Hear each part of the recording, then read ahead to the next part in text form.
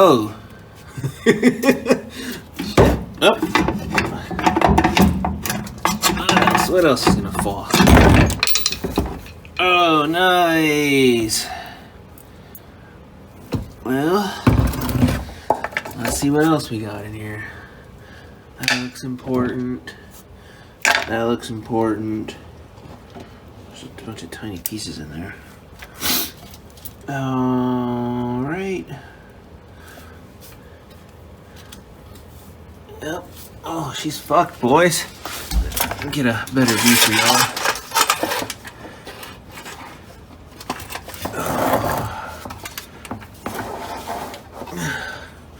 I know what's wrong with it. Ain't got no gas in it. Oh shit! What was that? That looks important too. Yep.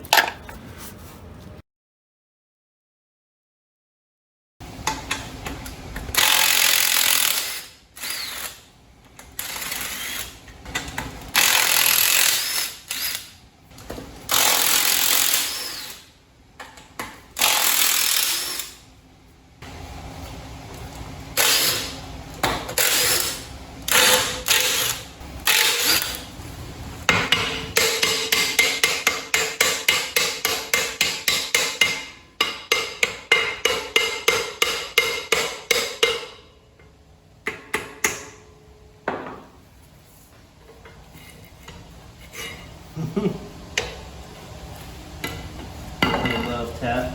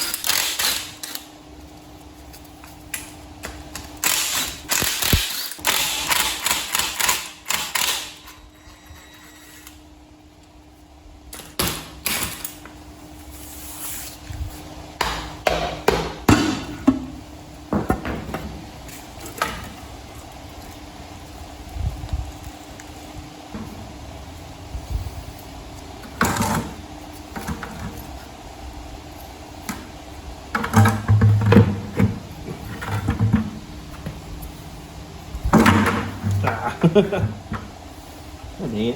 Hey, you're embarrassing yourself, you geriatric fuck!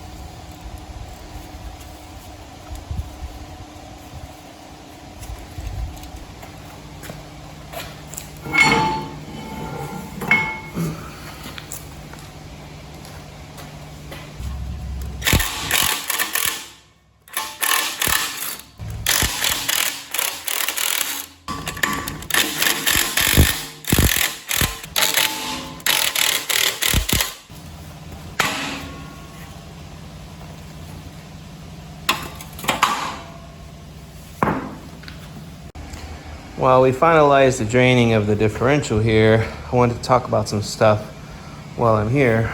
So, I'm sure everyone's seen the 8.8 swap, but I'm just going to go ahead and explain it for the ones who have not. If you notice, the differential housing, the passenger side is shorter than the driver's side, right? So it can be seen here in the axles. The two on the left are the ones that came from the truck, and this one on the right is the one I got from the junkyard. So you can see there is a significant difference in length for the axle itself. The purpose of this swap is to basically make two passenger sides equal, okay? So what we've done is we stripped this whole thing bare because we're gonna clean it up, grind it, paint it. We just don't want any extra stuff to be intertwined while we're cutting and cleaning. We've also have to add new spring purchase, which I actually bought these off of Amazon. I'll put the link on them if you're interested. They're like really cheap. They're just slightly bigger than the factory, and they're almost, I'll show you. They're almost like a perfect fit. You can probably, you actually probably don't even need to do anything other than grind the paint off.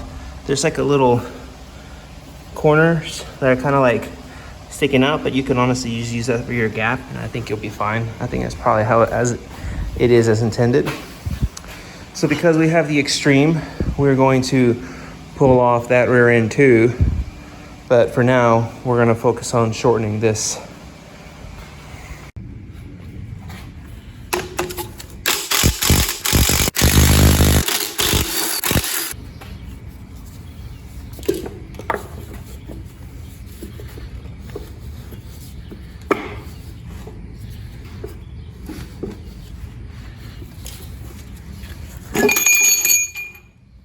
There we go.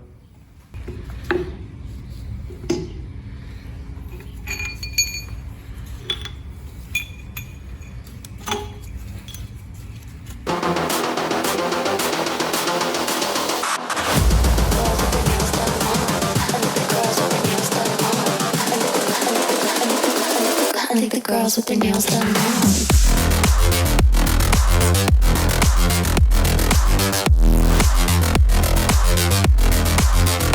Girls with their nails done. I think the girls with their nails done.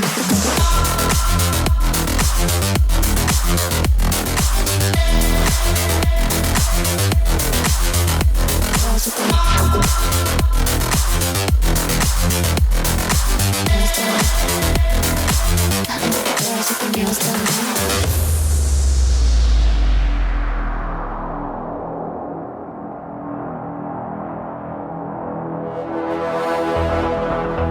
Well, grinder brake.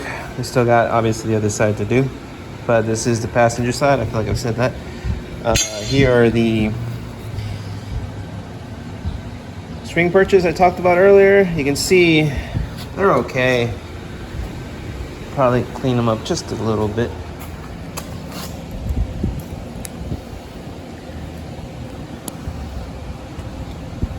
Not horrible. We'll clean them up though. All right, let's get to cutting. So right now we are at the finishing stage where we've trimmed all of our axle, both sides, and you take a measurement on this axle from the inside flange to this inside flange. You're right at 17 inches. And this one, and on this one, from this inside flange to this inside flange, you're at 19, 15 sixteenths. 19 inches, 15 sixteenths. So, what we're gonna do is we're going to eliminate 2 and 7/8 from here to here. Which, when you do the math, you go from here to here is 11 and 1/16. You delete 2 and 7/8. You shorten it basically to 3 inches, and you get your shortened distance that you need. So to get this straightened up right, we're going to take a piece of paper, stack some cardstock,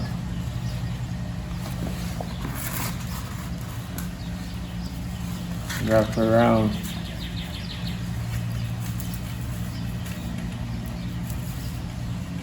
the graph.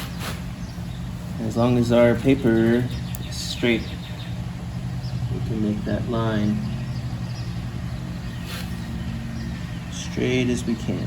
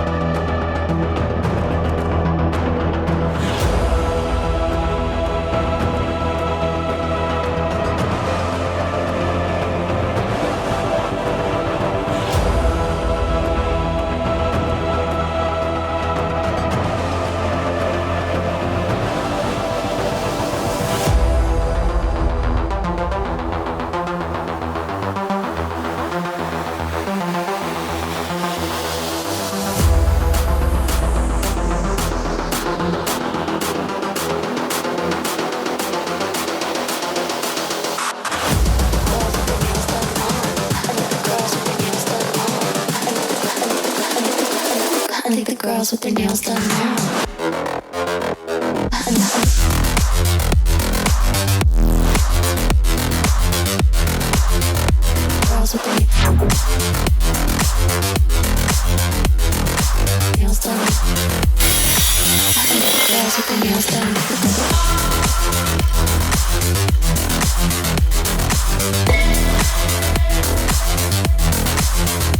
Girls with their nails done.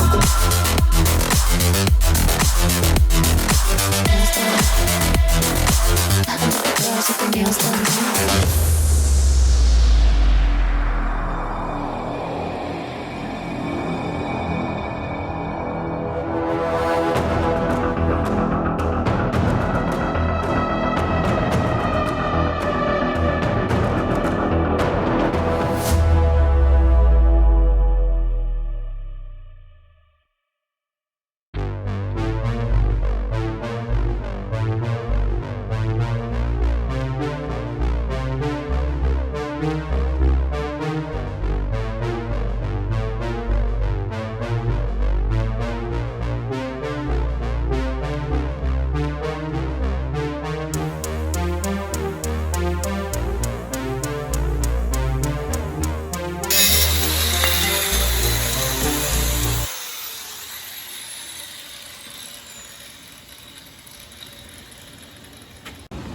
The tube is finally cut. Got a nice hole here. Stop it! It's turning me on! Stop!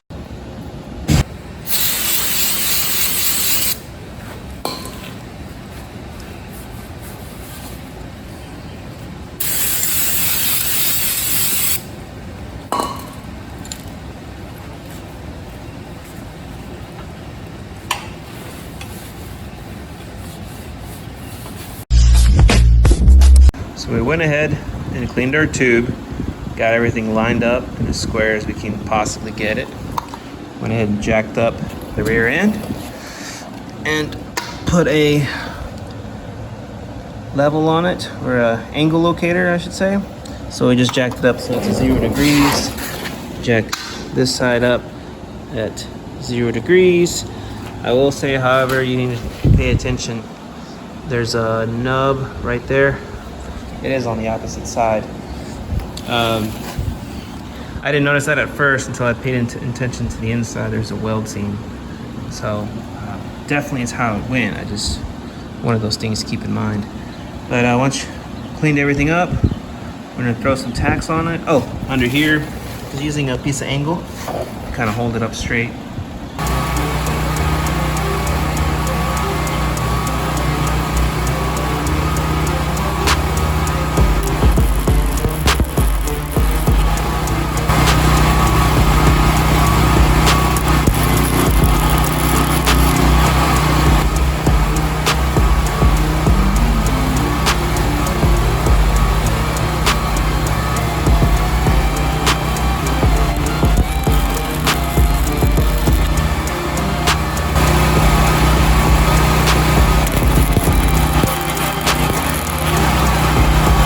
Now we have rotated the rear end upside down and put this pinion angle here at 90 degrees.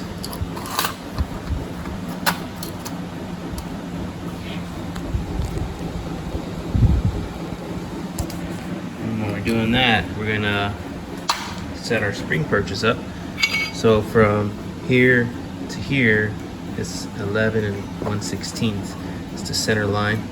We're gonna go between our weld here, and to match up with our S10 locations, we're gonna put it right at 10 degrees. And we're gonna weld that up.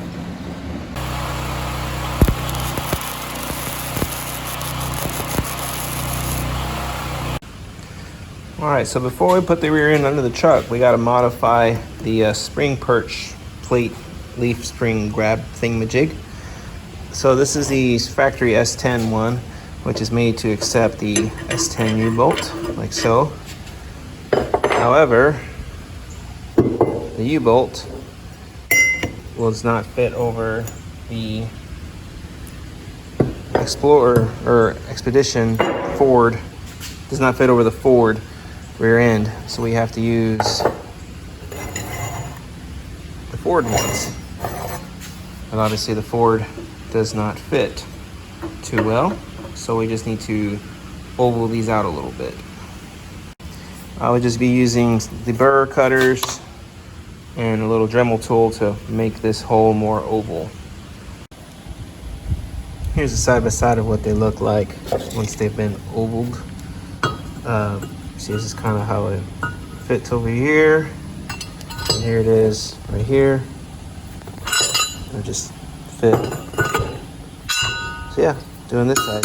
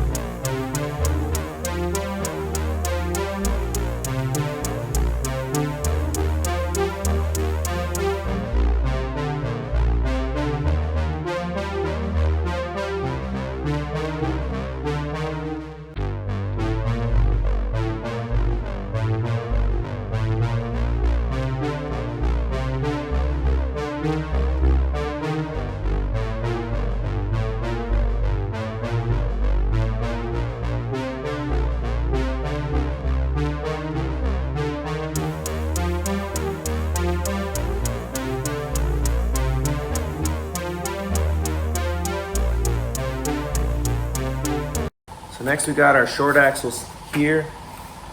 All you need is a block of wood and a BFG. And start punching the studs out.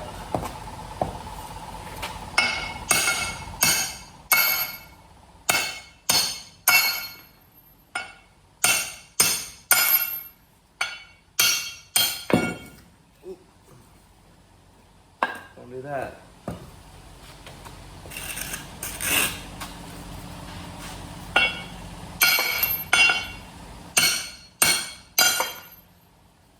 All right, got a couple parts here.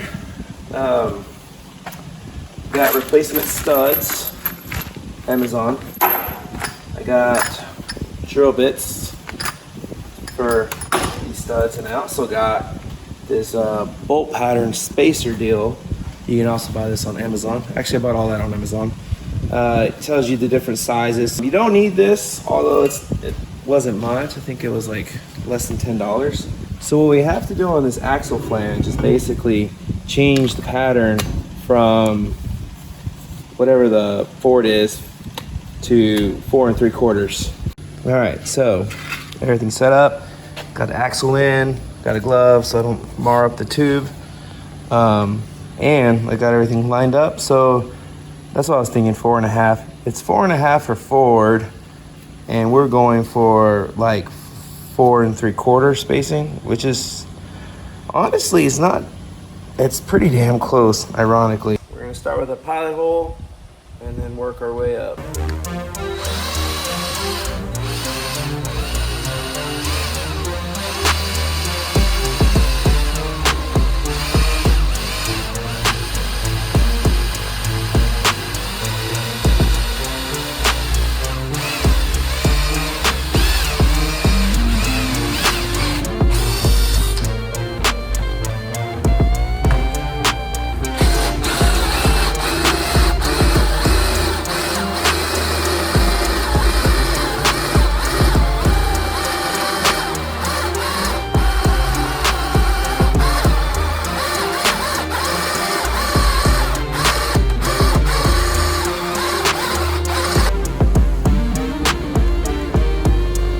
Pretty damn good, if I don't say so myself. So right now would be a good time before we put in our studs to check the circumferences of this little ridge, this ridge from here to here. This is a 16-inch rim, by the way, so you might have different tolerances, but you can kind of see from here, there is like this should sit somewhat flat. You know, we don't have no studs in obviously right now, but we should be somewhere in the flat area, but we're not even close because of that hub, or this the diameter of that little shaft is just a little too big for this. So we have to turn this down just a little bit. I don't have the lathe, so I have to figure out a way to spin this and maybe take a grinder to it and just turn it down just a hair, because that's all it really needs. So you have two grooves. You have this groove here, which your brake rotor sits on, and you have this groove where your rim's supposed to sit on. We're gonna be grinding down this, only this groove. So we're gonna put down some tape to cover this as a guideline. All right, so with the axle not installed all the way in, so it kind of spins better this way. We'll put a little bit of dinosaur blood in here just to help with the spin. Make sure it's not actually caught on anything. There we go. And then we just hit it with the grinder.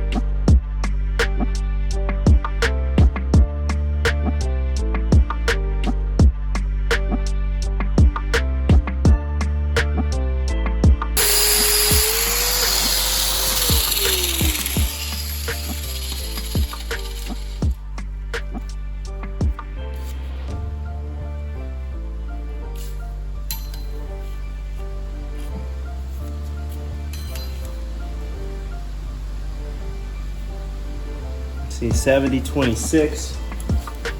We can try that out and see if it fits. I'm gonna take the tape off first.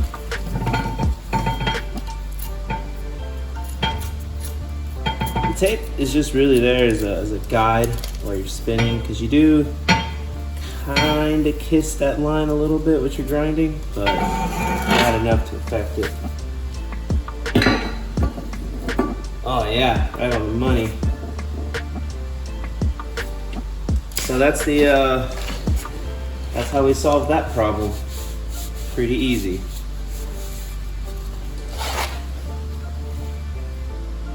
So now with everything cleaned up, all that's left to do for the axles is to press in our studs.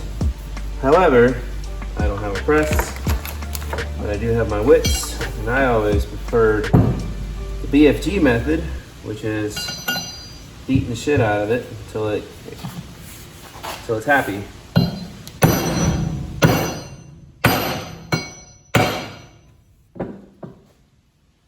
And just like that, we have a Preston stud. So now we get to do that another 9 times.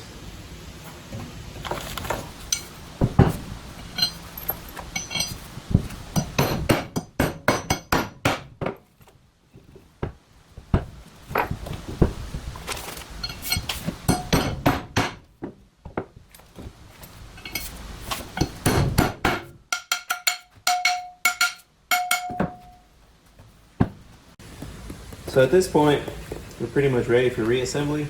But if you were handed a non-limited slip 8.8 like I was, so it's kind of pointless to do this for any other sort of application.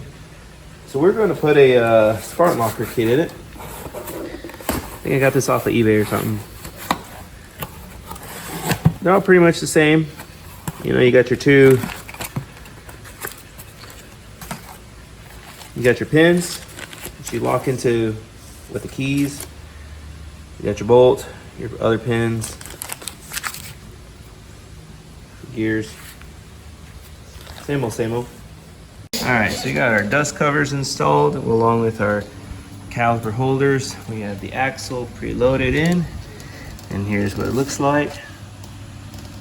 So first off, we're going to install one of these right into the axle.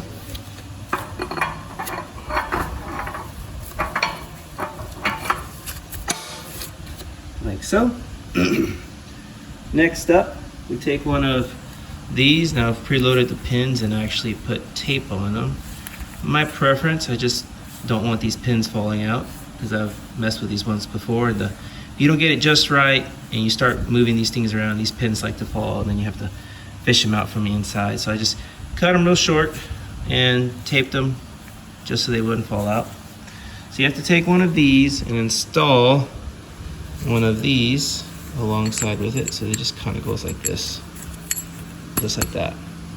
But before we put that in there, we're going to need to put in a C-clip, like so, and then we can install this guy just like this.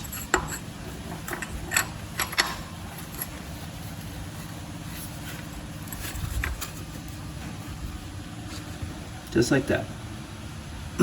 So now comes the trickier part, which is the passenger side. So the first thing, obviously, again, is we'll install this guy right in there. This is really tricky to do one hand, so I'll just do my best here.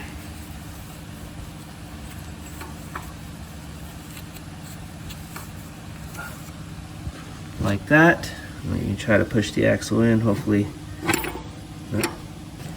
Now we're seated into place, just like that.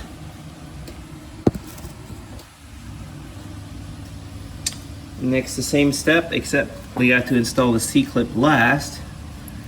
We're going to install this guy together, down like that. So I probably need two hands for this. So 1 second, just like this. So now what we have to try to do is we have to rotate this to find the better access point to put the last C-clip in. And if you have everything seated right, you can just slightly turn it, which is this is what you're looking for back here anyways. So just like that. So here you can see, and there's barely enough room. Let's see if I can get that. I can slide the axle back out, and there's barely enough room right there to slide that C-clip. So that's what I'm about to do right now. We got the C-clip in place, and then we should just be able to push down on it, just like that, with a screwdriver. See, there she is. And now if we pull out our axle on the outside, it should not let us pull it out, just like that. Okay, so now we have to rotate this gear right here by hand. And this is what I was talking about, the tape on the pins. If you don't get this lined up right, the pins, and if you knock a pin on the side, they just pop out. It's a big pain in the ass. But now, anyways, now we can kind of try to get everything lined up between these holes, you know, getting that flange, and then we can actually pull these pins out, and it'll provide the pressure outwards, or inwards, I should say, to allow us to put our pin in. But first, I'm gonna try to get all this lined up before we line it up with our hole. So here we have our first pin. I just kind of pulled it out, took the tape off, and since I cut mine short, I had to apply pressure from the inside. But once you pull it out like that, it will seat in there like that.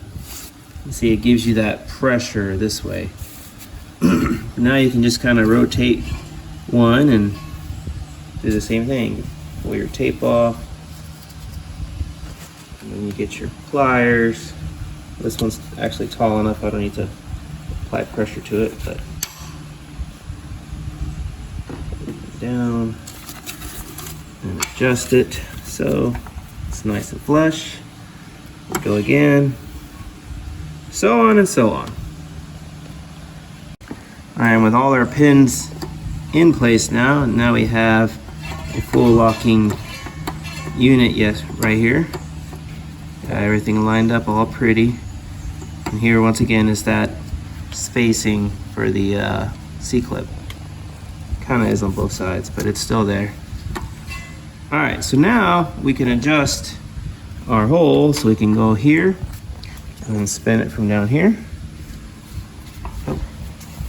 Spin. It's not gonna let me do that, okay? We'll just go from the other way then. Go here and spin there. And now we have our holes lined up. All right, everything's lined up. We can slide our pin in there. Give it a couple love taps.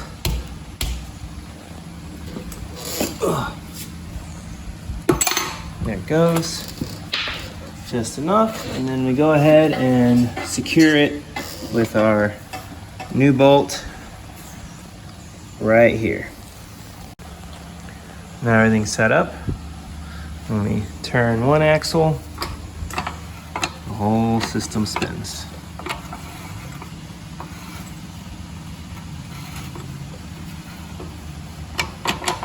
And there is play in it, but looks like that is by design. So, right on.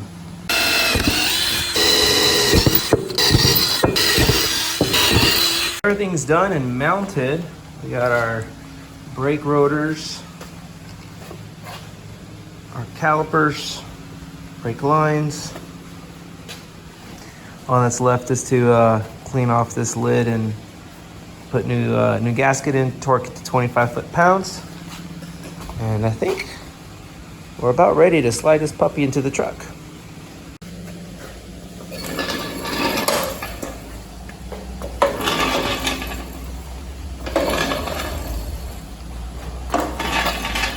I got everything lined up under the truck. These little tow dollies really help moving things that are kind of heavy. And here we got the jack positioned on the leaf spring, which we can start to raise up so we don't have to put any of the weight on our shoulders. But you can do that if you're still a man. And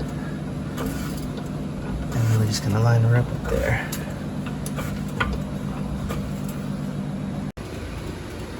So we got everything kind of buttoned up. Everything's torqued together. The shock's on. The sway bar mount is on. Everything that needs to be on the back end is pretty much done. We still need to add our vent hose there, which is just sitting off to the side. And we still need to add our drive shaft. But right now we're going to work on our e-brake. So I wasn't really sure what direction to go on this, because when I got the rear end, I went ahead and took the original e-brake cable that came off with it. So we would just cut it off here at this connection. You see, it's just one of those crimped connections. I thought maybe I could just swap it over or something, which it looks like that can work. Looking at it from down here, looks like that is an option. But if you look back here, this is where it attaches to the brake assembly. It's just on this little lever right here with a spring. So my best guess is we can pull this off like that. Oh, there you go. And what we can do is take, and this is the S10, which I probably should show the difference real quick. here's the difference. This is the Explorer with the one with the spring. This is the one, the S10. The S10 just had a little like clip that would hold it against the drum. Anyways, the simplest solution would be, I'm assuming, to run it through here and then find a way to attach this clip to here. Maybe like with, maybe we can bore out this hole a little bit bigger, or maybe just put like a clamp on it. A clamp might be the easiest, that way it's removable. You know, those are kind of options. It looks like everything will somewhat fit. Everything will be somewhat the same, and we'll still be able to have our e-brake. So I think that's the direction I'm gonna go in. I'm just gonna try to disassemble it first and see what we're looking at. So we went out to the hardware store and got a cable clamp. This is 1/8. And then we fed the cable underneath the clamp like so. I don't know if you can see that. And then we got this piece here, and we grounded it down just so it'll be a little more flush, easier to install. And then we take clamp, set it on top, and then this way we're able to tighten it on these both. And this way we can also, we also put some Loctite on the U-bolt just to help out with, you know, anything coming loose.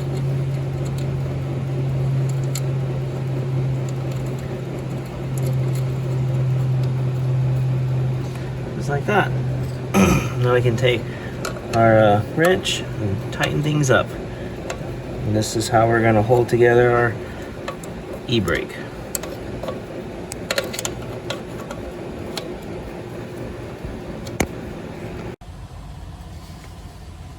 So I wanted to do this again because I feel like I didn't do a good job showing it. So you basically drill this out, everything's been removed, okay? I feed the cable through and the U-clamp underneath like so. Then I drop the grounded down cable as just washers. And then we tighten this bad boy on.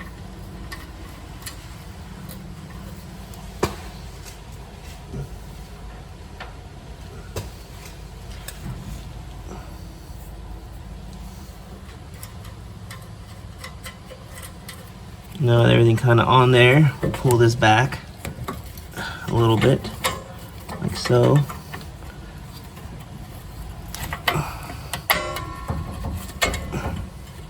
Just like that.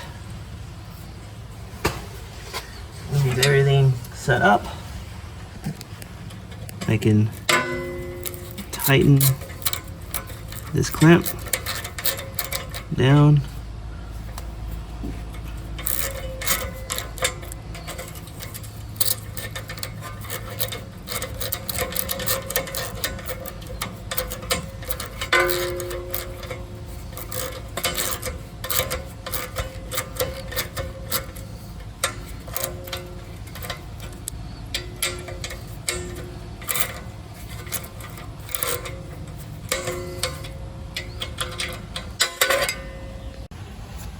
Now, this is the final product.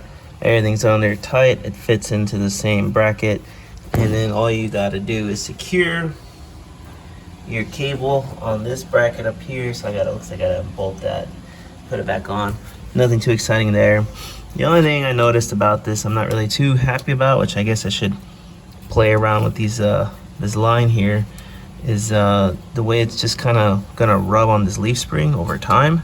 So I was thinking about maybe finding a way to secure this bracket here with a hole in it, maybe using like a zip tie or some sort of clip to kind of keep this off the leaf spring ever so slightly.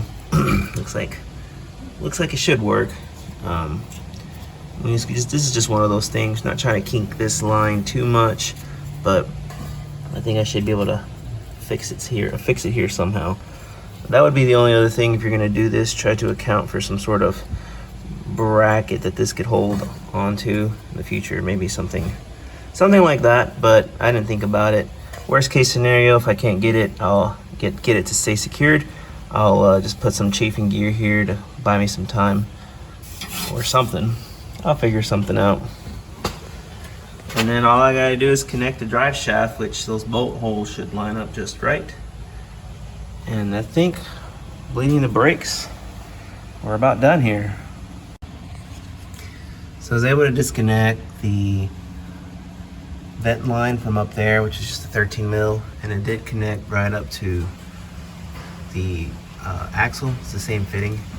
So I just basically rerouted it to here, and I'm just going to secure it here with a self-tapping screw. So my vent is higher than the actual rear end. So it's just going to live right here from here on out. So here we are at the brake line. We bought this adapter to adapt to our S10 brake line, and it taps into the Explorer brake line. So we're just gonna run it, I think, above the vent, kinda, so it has somewhere to rest on to stay away from the shock. And yeah, that's about it. Here's a different angle. I noticed it's probably better for viewing is the e-brake, in case anyone was interested. And then the drive shaft is also connected all the way down. And yeah, I'm just filling up my rear end still. Just letting it gravity feed, because it's, you know, whatever. Anyways, yeah, all I gotta do is connect this, and then we can bleed the brakes and take this thing out for a spin.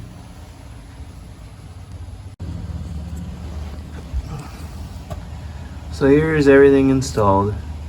We got our brake line connected up there, shocks, sway bar mount, spring purchase, same thing on this side. If you see a little bit of a tilt, it's because I got a flat tire over here, but U-bolts do hang about maybe 2 inches lower, so you might need to adjust those, or if you want to drop, you can also do that too. But everything's kind of in place now, I think. Just gotta play with some zip ties and make sure everything kind of stays out of the way, and then go do a couple burnout tests. So if you guys want to see that, put it down in the comments. And this is what it looks like ride height wise. No spacers obviously or nothing. There's room to put a spacer. Let's see. Here's the angle. That sticks out just slightly. I'll do this side too, but like I said, it's got a flat tire, so it won't exactly be the same, but you can kind of get an idea of what you're looking at. It's not bad. Thanks for watching. Peace.